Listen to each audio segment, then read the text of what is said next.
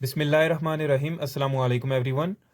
Federal board class 9 math की book national book foundation का chapter number 8 geometry of straight lines हमारे पास continue है, जिसमें हम एक्सरसाइज 8.1, 2 एंड 3 को कंप्लीट सॉल्व कर चुके हैं और आज से हम एक्सरसाइज 8.4 के तमाम questions one by one complete solve करेंगे। जी, तो क्वेश्चन नंबर 1 है।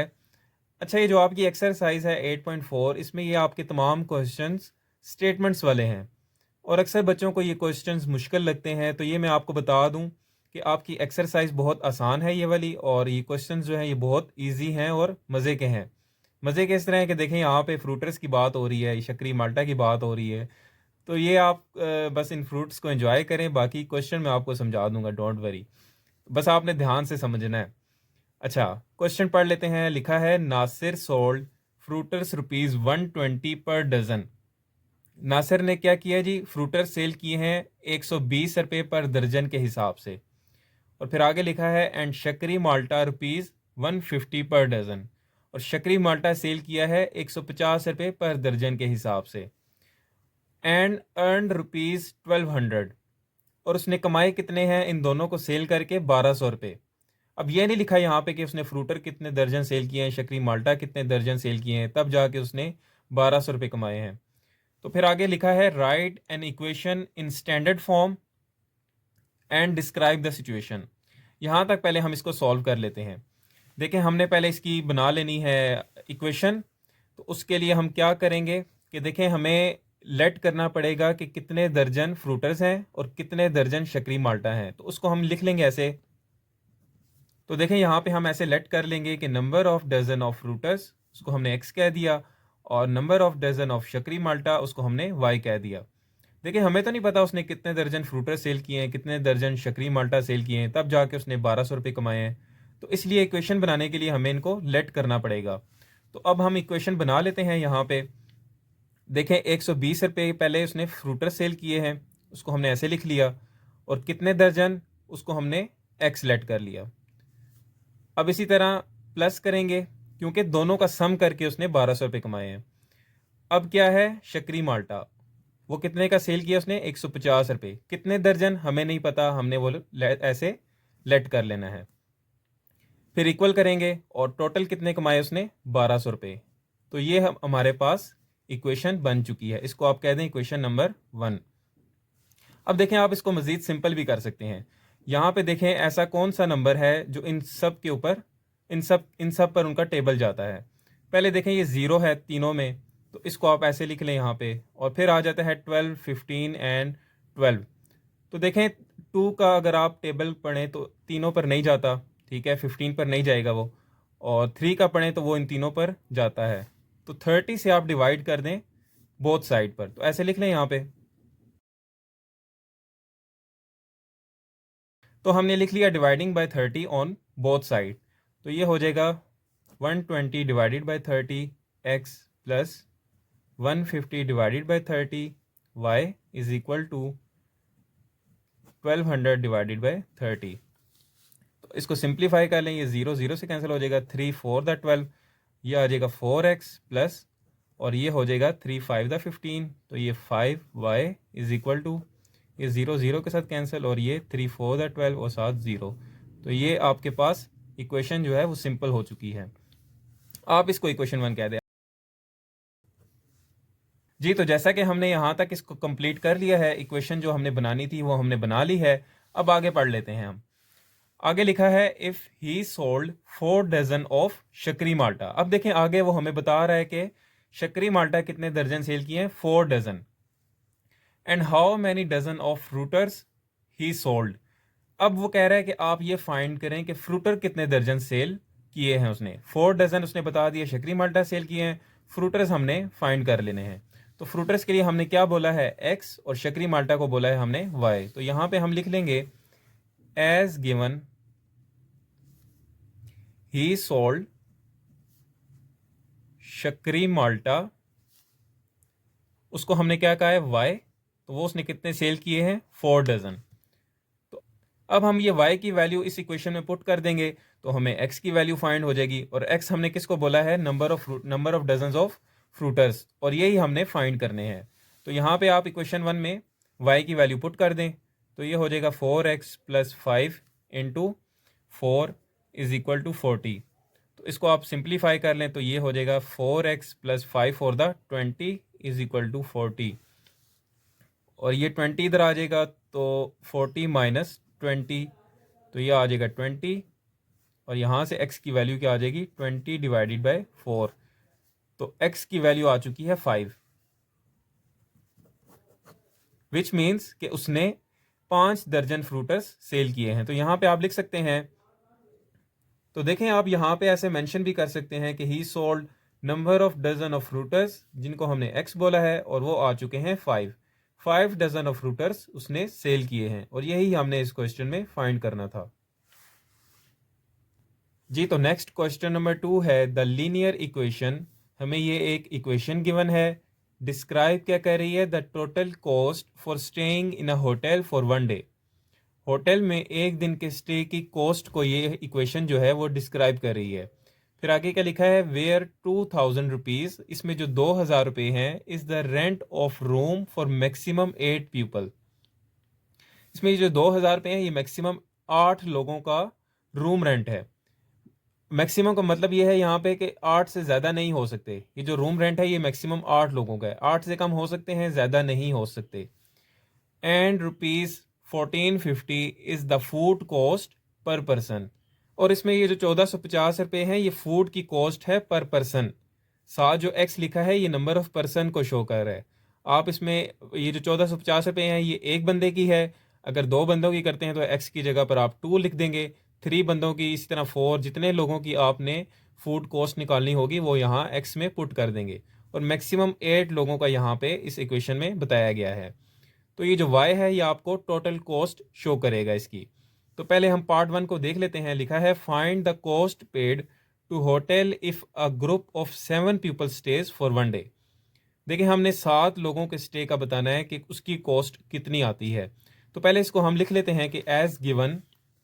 तो देखें हमने यहाँ ऐसे लिख लिया कि एज गिवन, ये इक्वेशन हमें गिवन है, और इसमें अब हम 2 चीज़ें लेट करेंगे, x एंड y। x हमारे पास क्या है, नंबर ऑफ पर्सन्स, तो वो हम लिख लेंगे। इसमें नंबर ऑफ पर्सन्स क्या है हमारे, x, और y क्या शो कर है, टोटल कॉस्ट को, तो इसको हम लिख लेंगे टोटल कॉस्ट, वो है हमारे पास y। तो अब पार्ट 1 में क्या करना है, हमने फाइंड टोटल कॉस्ट फाइंड करनी है 7 लोगों के स्टे की। तो यहाँ पे लिख लेंगे पार्ट 1, और टोटल कॉस्ट है y, ये हमने फाइंड करनी है, और नंबर ऑफ पर्सन्स कितने हैं, जिसको हमने x बोला है वो है 7। तो ये अब हम x इज इक्वल टू 7, और y क्योंकि हमने फाइंड करना है तो x की वैल्यू हम यहाँ पे पुट कर देंगे, तो हमारे पास 7 लोगों की टोटल कॉस्ट आ जाएगी।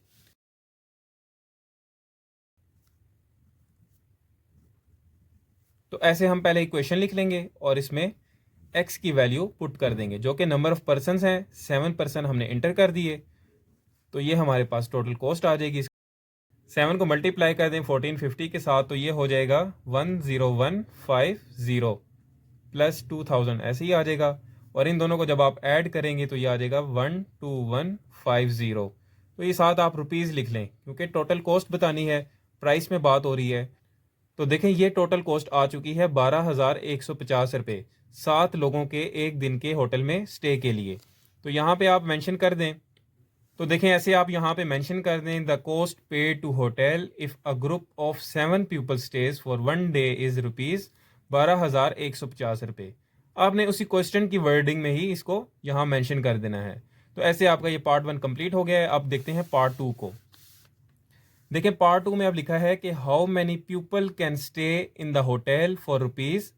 अब हमें फाइंड करने हैं नंबर ऑफ पर्सनस, और अमाउंट हमें बता दी गई है, कॉस्ट हमें बता दी गई है, वो है 13,600 रुपये। तो बहुत ही सिंपल है। यहाँ पे अब हम क्या लिखेंगे कि नंबर ऑफ पर्सनस जिनको हमने एक्स बोला है वो हमने फाइंड करने हैं, और जो टोटल कॉस्ट जिसको हमने कहा है वाई, तो वो है हमारे पास 13,600 रुपये। तो वही इक्वेशन हम लिख लेंगे, तो इसमें ये वैल्यूज़ पुट कर देंगे हम। y is equal to 1450x plus 2000। तो इसमें x की वैल्यू हमने फाइंड करनी है और y की जगह पर हम लिख लेंगे 13,600 रुपये। तो इसको सिंप्लीफाई कर लें आप। यहाँ से 2000 इधर आ जाएगा तो माइनस हो जाएगा, ये हो जाएगा 13,600 minus 2000 is equal to 1450x। और जब आप इनको माइनस करेंगे तो ये हो जाएगा 11,600। और ये यहाँ पे मल्टीप्लाई हो रहा है तो यहाँ पे आके डिवाइड हो जाएगा, क्योंकि हमने x फाइंड करना है। तो आप इसको ऐसे लिख लें, x is equal to 11,600 divided by 1450। और जब आप इसको डिवाइड करेंगे तो आपके पास आंसर आएगा 8। तो इसका क्या मतलब हुआ x इज इक्वल टू 8 का, कि हमारे पास 8 लोग इतनी अमाउंट में स्टे कर सकते हैं, क्योंकि नंबर ऑफ पर्सनस हमने फाइंड करने थे। तो 8 लोग स्टे कर सकते हैं इतनी कॉस्ट में। तो यहाँ पे आप मेंशन कर दें साथ। तो देखें ऐसे आप लिख लेंगे 8 people can stay in the hotel for ₹13,600 for 1 day. तो ऐसे आपका पार्ट 2 भी कंप्लीट हो चुका है जी। तो नेक्स्ट क्वेश्चन नंबर 3 है, इफ़ वन कंपनी प्रोवाइड्स ₹5500 पर वीक।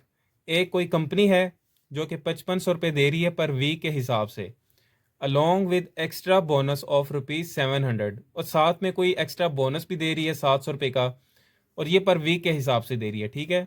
आगे लिखा है एंड द अदर ऑफर्स, कोई दूसरी कंपनी है जो कि ₹800 पर डे के हिसाब से दे रही है। कन्वर्ट करना है डाटा को इनटू लीनियर इक्वेशन, एक इक्वेशन बनानी है, and tell which is better deal for 2 weeks, और 2 हफ्तों का हिसाब लगा के बताना है कि दोनों कंपनीज में से किसकी डील जो है वो बेहतर है। तो इसको हम सॉल्व कर लेते हैं, बहुत ही आसान है। सबसे पहले हम इसकी बना लेंगे ऐसे कि फर्स्ट कंपनी, 2 कंपनीज की इक्वेशन बनानी है ना, ये हो जाएगी फर्स्ट कंपनी और ये हो जाएगी सेकंड कंपनी।